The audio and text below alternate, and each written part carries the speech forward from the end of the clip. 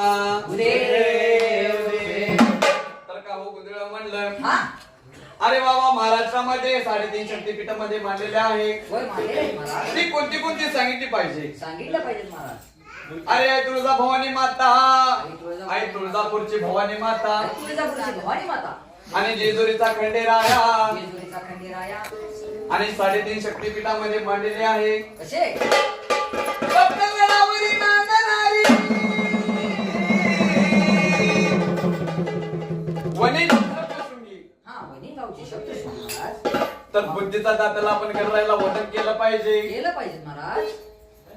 तर चरणी नमन माझे गणराय, चरणी नमन माझे, चरणी नमन माझे गणराय.